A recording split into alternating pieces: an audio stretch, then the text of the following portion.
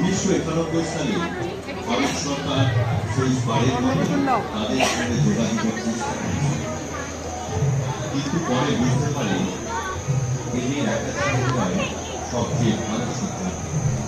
তখন থেকেই north sentinel দ্বীপকে ঘোষণা করা হয় সংরক্ষিত এলাকা হিসেবে, যেখানে প্রবেশ করা সম্পূর্ণভাবে নিষিদ্ধ ও আইনত দণ্ডনীয় অপরাধ। 2018 সালে নাগরিক জন অ্যালেন চাও অনুমতি ছাড়াই সেখানে প্রবেশের চেষ্টা করেছিলেন। তিনি স্থানীয়দের সঙ্গে ঈশ্বরের বার্তা ভাগ করতে চেয়েছিলেন, কিন্তু দ্বীপের তীরে পৌঁছানোর পরেই সেন্টিনেলিস্টদের হাতে প্রাণ হারান। এরপর থেকে আরো কঠোরভাবে সুরক্ষিত করা হয়েছে এই দ্বীপকে।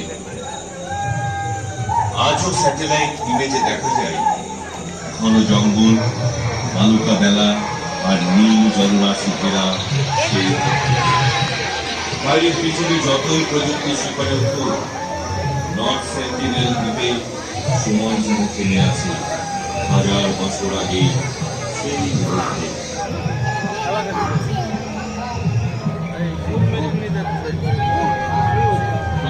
আমাদের এই বছরে পুজোর থিম সেই অদম্য সেন্টিনেলিস্টের চেতনা থেকে তুলে ধরা হয়েছে। যেমন দেবী কালী সব অশুভ শক্তি বিনাশ করে আমাদের রক্ষা করে, তেমনি সেন্টিনেলিস্টরা তাদের ভূমি, সংস্কৃতি ও অস্তিত্বের রক্ষক।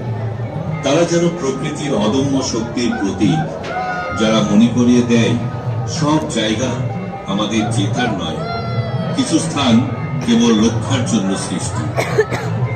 তারা এক আদিম শক্তি এবং নিজেদের অঞ্চলের প্রতি এক তীব্র ভালোবাসার প্রতীক, যা আমাদের প্রকৃতির অপ্রতিরোধ রক্ষাকারী শক্তি এবং স্বাধীন থাকার অটুট ইচ্ছার কথা মনে করিয়ে দেয়। ভারতের বঙ্গোপসাগরের গভীরে আন্দামান ও নিকোবর দ্বীপপুঞ্জের এক কোণে লুকিয়ে আছে এক রহস্যময় দ্বীপ, নর্থ সেন্টিনেল আইল্যান্ড। এই দ্বীপটি পৃথিবীর অন্যতম রহস্যময় স্থান, যেখানে আধুনিক সভ্যতার ছোঁয়া কেউ জানে না